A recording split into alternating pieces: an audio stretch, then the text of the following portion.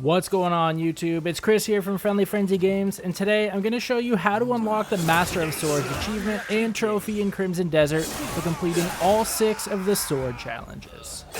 Now, as a general tip before we start, I would personally recommend waiting to complete at least some of these challenges until you're further into the game. They really aren't overly difficult, and they can earn you additional skill points when maybe you need them the most, but they'll be infinitely easier to clear if you've spent some additional skill points in things like the forward slash, stab, and turning slash skills, but also if you've spent some time and resources upgrading your gear, specifically the one-handed sword. Not only that, but some of the Sealed Abyss artifacts are in later areas of the game and could be frustrating to collect if you aren't equipped to deal with the enemies in that area.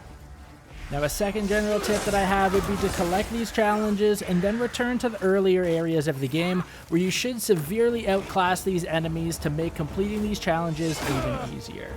I personally cleared the majority of these challenges while liberating areas that were still occupied by blood bandits along the outskirts of Hernan Town when possible. As a pro tip, if you're able to collect all of these challenges before actually completing them, you'll be able to save a little bit of time by completing a few of them together, since there are a few that are very similar. For example, Sword of Trials 6 requires you to kill 5 enemies within 15 seconds using forward slash, and Sword of Trials 1 wants you to kill 3 enemies within 30 seconds using a one-handed sword. Also, Sword of Trials 4 tells you to kill 3 enemies on a single turning slash, whereas Sword of Trials 2 says to kill 3 enemies at once with a one-handed sword. Now, with that intro out of the way, instead of following the challenges in order, I've grouped them more by location to save you a little bit of time from traveling back and forth all over the map. So let's start with Sword of Trials 5. You can grab the Sealed Abyss artifact from the Rock Shrine, where the pathway forks slightly east of the Hernan border in the Reventine Monastery region of Demonis. Now, the Sword of Trial 5 challenge says that you're going to need to defeat 3 enemies in a row with a one-handed sword, and only using the stab skill. For this, head to a low-level area, and with a one-handed sword equipped, then hold your right trigger and Y, or R2 and triangle, to charge your stab skill. From here, release it to strike the enemies within range that are directly in front of you.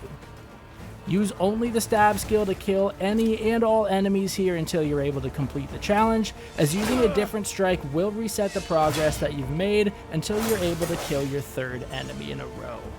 Once the 3rd enemy in a row dies from your stab, unseal the Abyss artifact to complete this challenge.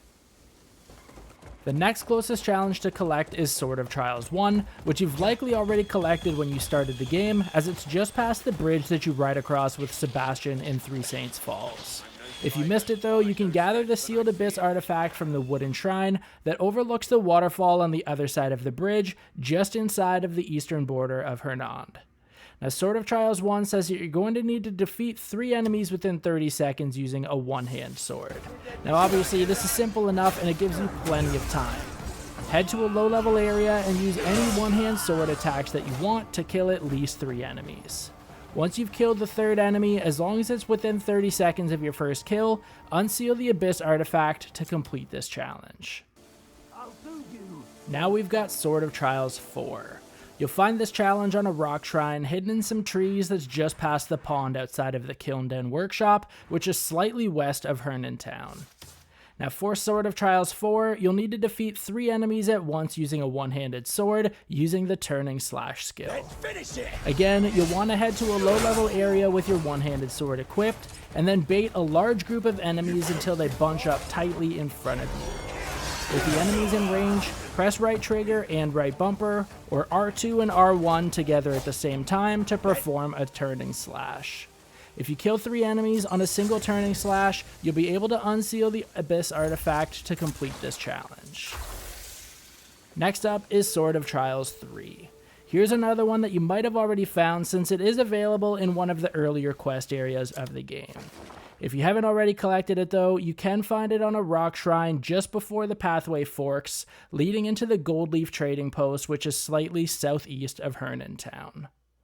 Sword of Trials 3 says to defeat 3 enemies with a one-handed sword without taking any damage.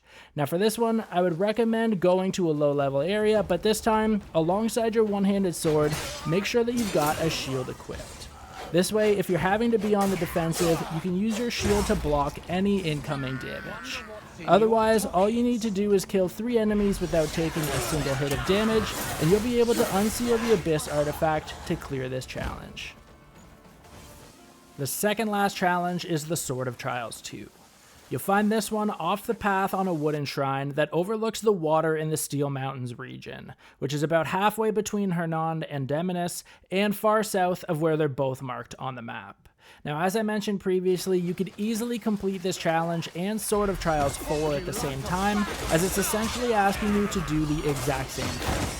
The only real difference is that Sword of Trials 2 doesn't specify to use the turning slash skill. Instead, it says to defeat 3 enemies at once with a one-handed sword. This means that you can use any skill, but I personally used turning slash anyways and completed it exactly as I did for the Sword of Trials 4. Find a group of enemies and wait for them to bunch up tightly in front of you. With the enemies in range, use whatever one-handed sword skill that you'd like, and as long as you're able to kill 3 enemies on a single attack, you can unseal the Abyss artifact to clear this challenge. Sword of Trials 6 is the last of the sword challenges and will likely present the largest challenge to actually locate. You'll find it along a cobblestone pathway on a rock shrine that's mixed in with groupings of cairnstones. It's slightly south of the Zhejiang Temple in Serpent Marsh, which is essentially its own island with a mountainous terrain that can be tedious to navigate.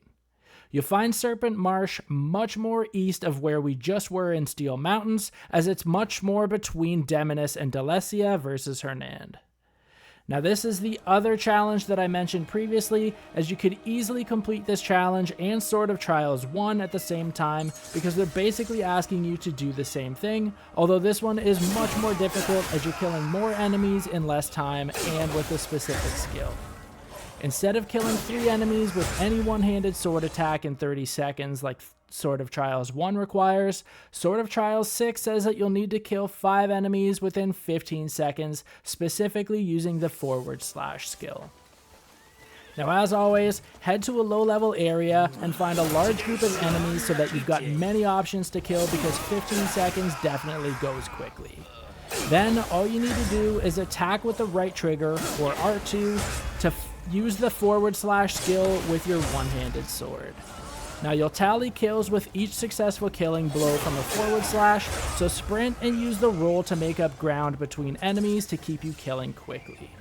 If you're able to kill your 5th enemy with a forward slash within 15 seconds of killing your first enemy, you can unseal the Abyss artifact to complete the challenge and ultimately obtain the Master of Swords trophy and achievement. Now that's it for this video. I hope that it was able to help you. If it did, give it a like and drop a comment. While you're here, consider subscribing to Friendly Frenzy Games for many more Crimson Desert guides just like this one.